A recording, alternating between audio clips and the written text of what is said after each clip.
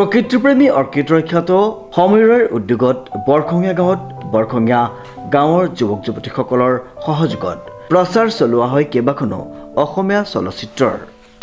ধন্যবাদ জ্ঞাপন কৰিছোঁ। পুনৰ আমি এই বিহুৰ বতৰত আজি এই বৰখঙীয়া গাঁৱত আমি উপস্থিত হৈছোঁহি আৰু ইয়াৰ ৰাইজে ইয়াৰ নতুন প্ৰজন্মই অসমীয়া ছবিৰ সৃষ্টিমূলক সজাগতাত এওঁলোকে উৎসাহিত কৰিছে। বহুত ভাল আদৰ্শ আৰু ধন্যবাদ জ্ঞাপন কৰিছোঁ।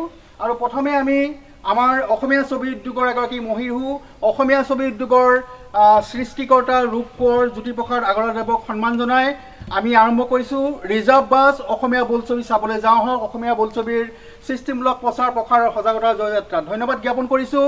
1935 চনত আমাৰ ৰূপ কোঁৱৰদেৱে বহু সপোন ৰচিছিলে অসমীয়া ছবি উদ্যোগটি নিৰ্মাণ কৰি।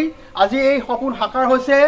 আজি বিশ্ব দৰবাৰত আমাৰ অসমীয়া ছবি জিলিকি আছে আৰু এই ক্ষেত্ৰত আমাৰ অসমীয়া ৰাইজ আমাৰ নতুন প্ৰজন্মৰ বহুতো অৰিহণা আছে আৰু আমি আশা কৰিছোঁ যে অনাগত দিনবোৰতো আমাৰ নতুন প্ৰজন্মই এই ভাল আদৰ্শ প্ৰতিফলিত কৰিব, এক ভাল সংস্কাৰ প্ৰতিফলিত কৰিব। যিদৰে আমাৰ নিজৰ সন্তানক এক ভাল সংস্কাৰ দিছে পিতৃ মাতৃসকলে, ঠিক সেইদৰে ঘৰৰ পৰাই আপোনালোকৰ এই গাঁৱৰ পৰাই যাতে এক ভাল আদৰ্শ দিয়ে যে আমি নিজৰ ছবি উদ্যোগলৈ গৌৰৱ কৰিব লাগে, নিজৰ ছবি উদ্যোগটোক আগবঢ়াই লৈ যাব লাগে, অসমীয়া ছবি চাবলৈ হললৈ যাব লাগে।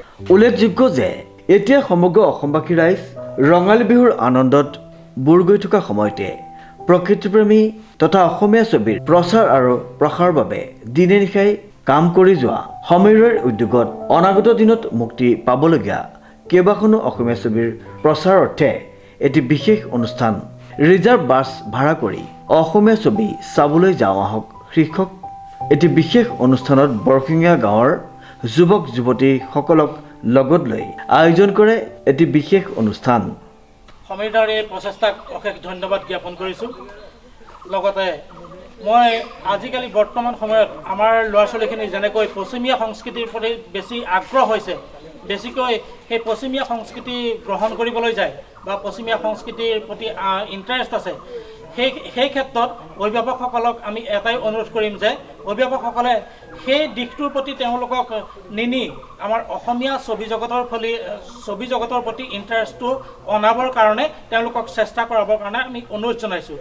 আমাৰ অসমীয়া ছবি আগতে আমাৰ মনত আছে, আমি এতিয়া এই ৰিজাৰ্ভ বাছ যি ৰূপ কোঁৱৰৰ এই চিনেমাখন মুক্তি পাব মনত আছে, আমি গাঁৱৰ পৰা গাড়ী লৈ পেলাই চিনেমা চাবলৈ যাওঁ, ৰিজাৰ্ভ কৰি কৰি গাঁৱৰ পৰা চিনেমা চাবলৈ যাওঁ। এতিয়া খুব ভাল লাগিছে, সেই নামেৰে এখন চিনেমা আমাৰ অনুষ্ঠান আৰম্ভ হৈছে। গতিকেলৈ ধন্যবাদ জ্ঞাপন কৰিলোঁ। সমীৰৰ এই প্ৰচেষ্টাক সঁচাকৈ আমি শলাগ লৈছোঁ।